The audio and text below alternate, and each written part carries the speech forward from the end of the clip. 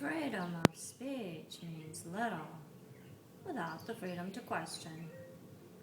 Oksana Boyko says that. And I'm finding out how painfully true those words are here in the un-United States. Welcome, Church Skyscraper.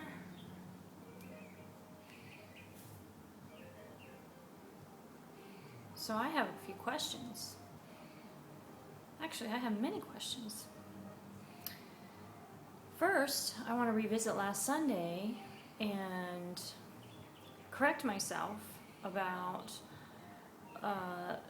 some of the articles I mentioned that address extreme climate change. Well, they're not even calling it that. They just call it global warming most of the time. But it's not just global warming. It's global warming and cooling, so that's why I call it extreme climate change. But I said look up Earth's rotational axis, and when you do, there's at least 2 articles written that use this comparison about an ice skater. When an ice skater is spinning and they pull in their limbs, it changes their speed, the acceleration. So that's what they're basing their measurement about. And my question is that is not, that's incomplete. It's obviously an incomplete measurement because we're not just speeding up. And we're also have that reaction, like I explained, the boxer in the ring, or the fighter, somebody getting punched, unless they're knocked out, they're going to stagger and they're going to wobble back. So those emotions are not in that measurement. And also, I would like to know why Earth's black hole was taken off the air in 2007, and it was televised by the History Channel. Not the Sci-Fi Channel, the History Channel. And they described this hole running through the planet. It starts, they said, at the Bermuda Triangle vortex, and it goes right through the planet to coming out at the Dragon's Triangle off the coast of China. And they described it as a collection of all kinds of junk, methane, just unknowns too. I'm going to call it a methane cocktail. And it's combustible, and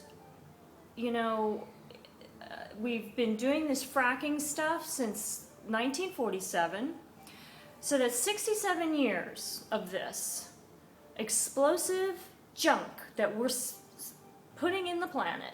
And I want you to tell me how that's not going to affect the way we orbit. How could it not? All that blasting and it's not rocket science that a hole in the planet, like a hole in your jeans orbiting around in the dryer, never gets smaller. So these are questions that somebody needs to bring on some answers. I want you to prove me wrong here. I live here too. And I was talking about how the Bible is talks about, or it's written in Revelation 16:18. There was a terrific earthquake like no man has ever seen, and I'm just kind of summarizing here, but people will watch from safe distance, and that indicates that it is in our time, and that the merchants of the earth, this is Revelation 18:3, have grown rich from the extravagance of her dissipation, and that the great city would be split into 3 parts. So there's some of it, and I'm not going to go through all of this, but I think you can see what I'm talking about here. And the sun is our mirror. And again, that doesn't take rocket science. The sun is reflecting back our junk.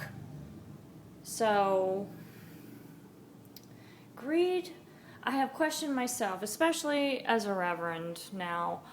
I mean, I'm not into fear-mongering, okay, but I do think that all evil is sickness, and so even if greed is a sickness, it's still, we're responsible for genocide. Responsible for genocide. Responsible for genocide. Somebody prove me wrong. And until next Sunday, Church Skyscraper, I hope to see you on Planets Are People 2, starring the sun.